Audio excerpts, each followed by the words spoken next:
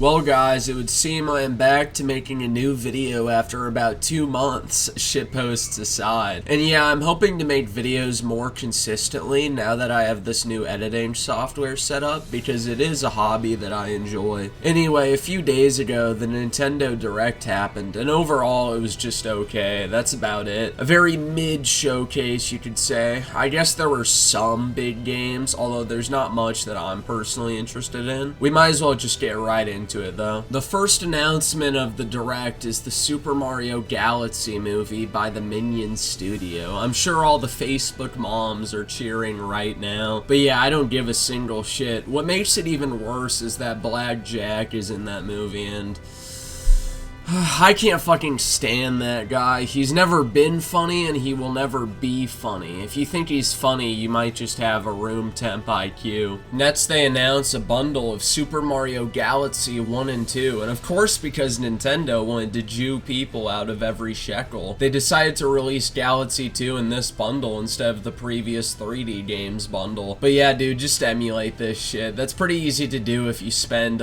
around 10 minutes setting up an emulator. Next, there's a Mario Tennis game, and I don't know, dude. I don't really have a lot to say about this other than it might be a fun party game, who knows. After that, they show the Nintendo Switch 2 edition for Super Mario Bros. Wonder. It's another upgrade, oh boy. Next up is Yoshi and the Mysterious Book. From what I see, it just looks like another Nintendo platformer. It might be fun when it's like 20 bucks, who knows. Although you already know that shit's never going on sale. Next is Stormland, which this game's art style disgusts me, so yeah, no thanks. Next, they showed Dinkum. Honestly, dude, this just looks like Animal Crossing or Minecraft at home. I'm sure a lot of little Timmies will be disappointed when they get this game for Christmas this year. Then they show Popucom, which is one for the bargain bin, dude. After that is Tomodachi Life Living the Dream. This honestly looks like The Sims at home, and while I have no interest in a game that looks like a franchise that only women and gay men play. Next up is a Mortal Kombat collection, which, again, dude, you can just emulate these games. Next is the port for Final Fantasy VII Remake, and I will say, I am one of those people that does like Final Fantasy VII Remake. Final Fantasy has always been my favorite franchise, after all. But I am wondering how this is supposed to run on the Switch, too. Personally, I wouldn't trust any game that looks like this to run past 20 FPS on it. It's better to either play this game on PC if yours is good, or play it on PS5. Next is Linked Banner of the Spark, which, yeah, this looks like a mobile game, no thanks. Then there's the Switch 2 port of Hades 2, and dude, honestly, how is there anyone out there who likes this dog shit? Just looking at it, I'm already repulsed. All this game does is serve the degenerate, soulless, globalist agenda. Like, dude, they even put Hephaestus in a wheelchair. A fucking wheelchair. If you want to play a good game that's based on Greek mythology, I can think of an absolute timeless classic. The hands of death could not defeat me. The sisters of fate could not hold me. And you will not see the end of this day.